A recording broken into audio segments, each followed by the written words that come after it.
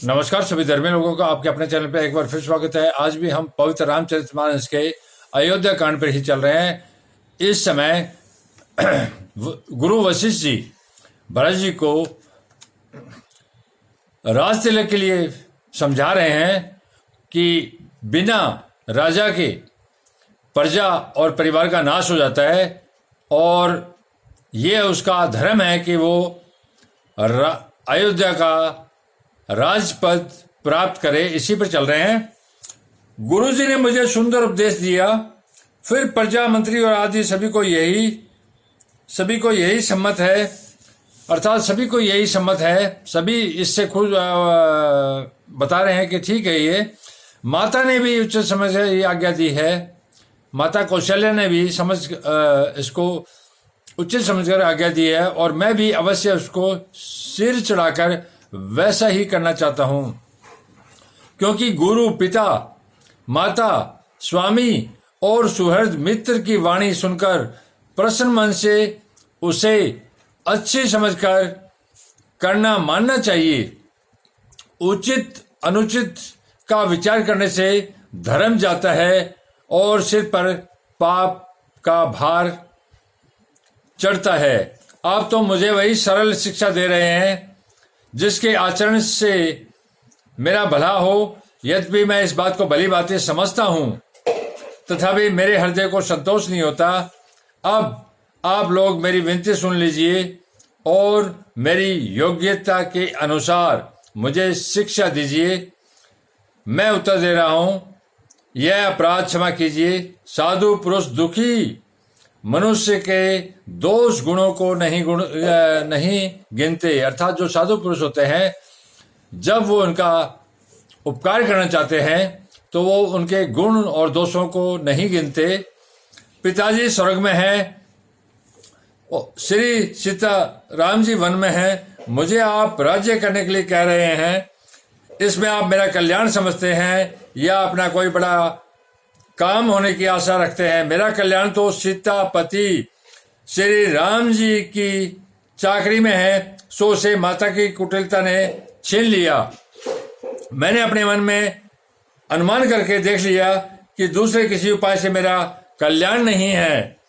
यह शोक का समुदाय राज्य लक्ष्मण, श्री रामचंद्र जी और सीता जी के चरणों को देखे बिना किस गिनती में है, इसका क्या मूल्य है। यहां भरत जी गुरु वशिष्ठ जी को जवाब दे रहे हैं कि बिना भ्राता लक्ष्मण जी, राम जी, सीता जी इत्यादि के बिना इस राज्य का मूल्य भी क्या है। जैसे कपड़े के बिना गहनों का बोझ वृथ है, जिस प्रकार बिना कपड़े के कोई स्त्री गहने पहने तो वो उसको शोभा नहीं देंगे। वैराग्य के बिना, अर्थात बिना सन्यासी बने, भ्रम विचार व्यर्थ है संसार में रह के, और बिना वैराग्य के जो भ्रम विचार है, परमात्मा का विचार है, वो भी बेकार हो जाता है। क्योंकि साधु पुरुष भी संसार में लिप्त होकर पापाचार करने लग जाते हैं। इसका मतलब यही है, रोगी शरीर के लिए नाना प्रकार के भोग व्यर्थ हैं, अर्थात जो आदमी रोगी हो वो खाना पीना पहनना इत्यादि जो भोग हैं वो उसके लिए व्यर्थ है। श्री हरि की भक्ति के बिना जप और योग व्यर्थ है। श्री हरि, श्री रामचंद्र जी की भक्ति के बिना जप और योग व्यर्थ है, अर्थात बेकार है। जीव के बिना सुंदर देह व्यर्थ है। जब परमात्मा अगर सुंदर देह शरीर बना दे और उसमें जीवन ही नहीं डाले तो वो बेकार है।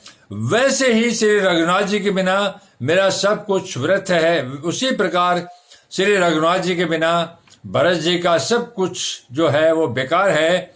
मुझे आज्ञा दीजिए, मैं श्री राम जी के पास जाऊं। एक ही आंख निश्चय पुरुष मेरा हित इसी में है और मुझे राजा बनाकर आप अपना भला चाहते हैं। यह भी आप स्नेह की जड़ता मोह के वश होकर ही कह रहे हैं। कैकेयी के पुत्र कुटिल बुद्धि राम विमुख निर्जल मुझसे अधम के राज्य से आप मोह के वश होकर ही सुख चाहते हैं। मैं सत्य कहता हूं, आप सब सुनकर विश्वास करें।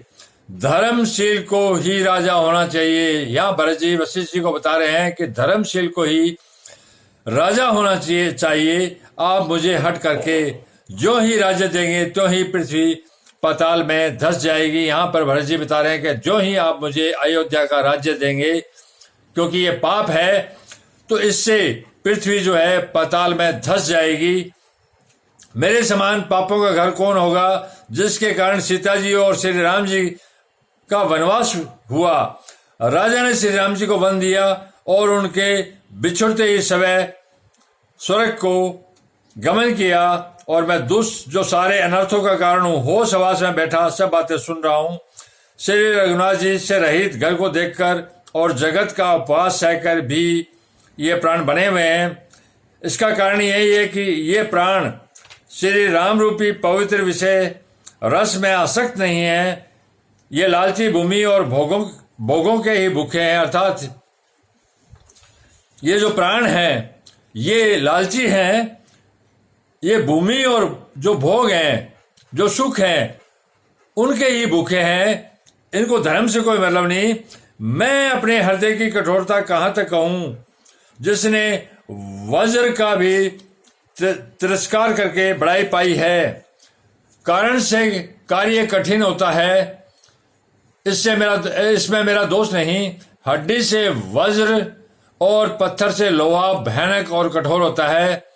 कई से उत्पन्न देह है में प्रेम करने वाले ये पामर प्राण भरपेट पूरी तरह से अभागे हैं।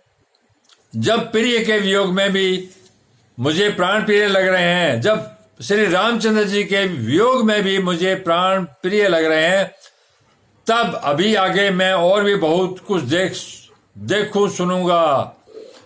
ये बहुत बड़ी बात बताई भरत जी ने कि श्री रामचंद्र जी के वियोग में भी अगर मुझे भोग विलास और ये प्राण प्रिय लग रहे हैं, तो पता नहीं आगे मुझे परमात्मा विधाता क्या क्या दिखाएगा।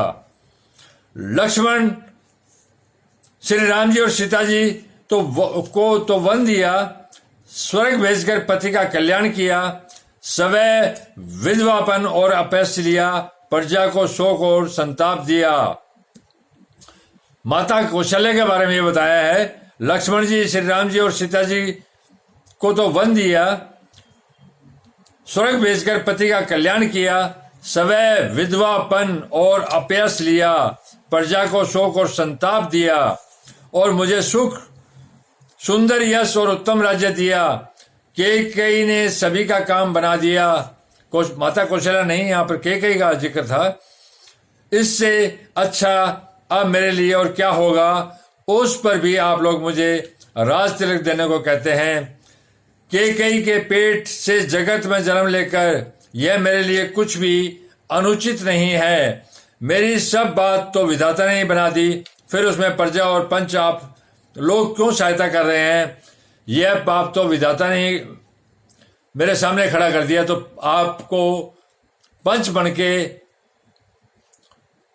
इस प्रपंच में इस पाप में क्यों पड़ रहे हो। जिसे कुग्रह लगे हों, जिसे कुग्रह ग्रह दशा जिनकी खराब है, अथवा जो पिशाच ग्रस्त हो, जिस पर पिशाच ग्रस्त मतलब जो जिसका आज और कल दोनों ही खराब है, वो पिशाच ग्रस्त हो, फिर जो वायु रोग से पीड़ित हो और उसके बाद वो वायु रोग से पीड़ित हो और उसी को फिर बिच्छू डंक मार जाए, उसको यदि मदिरा पिलाई जाए, शराब पिलाई जाए, तो कहिए यह कैसा इलाज। यहां पर भरत जी गुरु वशिष्ठ जी को बता रहे हैं कि मेरे तो वैसे ही कुग्रह लगे हुए हैं और पिशाच ग्रस्त हो गया हूं, क्योंकि मेरे पिता स्वर्ग को चले गए, मैं कारण मैं ही हूं, और भाई भ्राता श्री राम जी और माता सीता लक्ष्मण जी सहित वनवास को चले गए हैं। इसका कारण मैं ही हूं। ये सारा कुछ दोष, ये सारा कुछ पाप मेरे पर विधाता ने डाल दिया है। तो मैं पिशाचग्रस्त हूं। फिर जो वायु रोग से पीड़ित हो उसको फिर बिच्छू डंक मार दे, उसको यदि मदिरा पिलाई जाए तो कहिए कैसा इलाज है। यहां पर भरत जी वशिष्ठ जी को बता रहे हैं कि आप तो इस तरह के रोगी, जो मैं रोग से ग्रस्त हो गया हूं, आप तो मुझे मदिरा पिलाने की बात कर रहे हैं, अर्थात सिंहासन देने की बात कर रहे हैं, राजपद देने की बात कर रहे हैं। मैं तो पहले से ही पिशाच और कुग्रह से ग्रसित होके न जी सकता न मर सकता। इसका भावार्थ ये है कि कई के लड़के के लिए संसार में जो कुछ योग्य था चतुर विधाता ने मुझे वही दिया।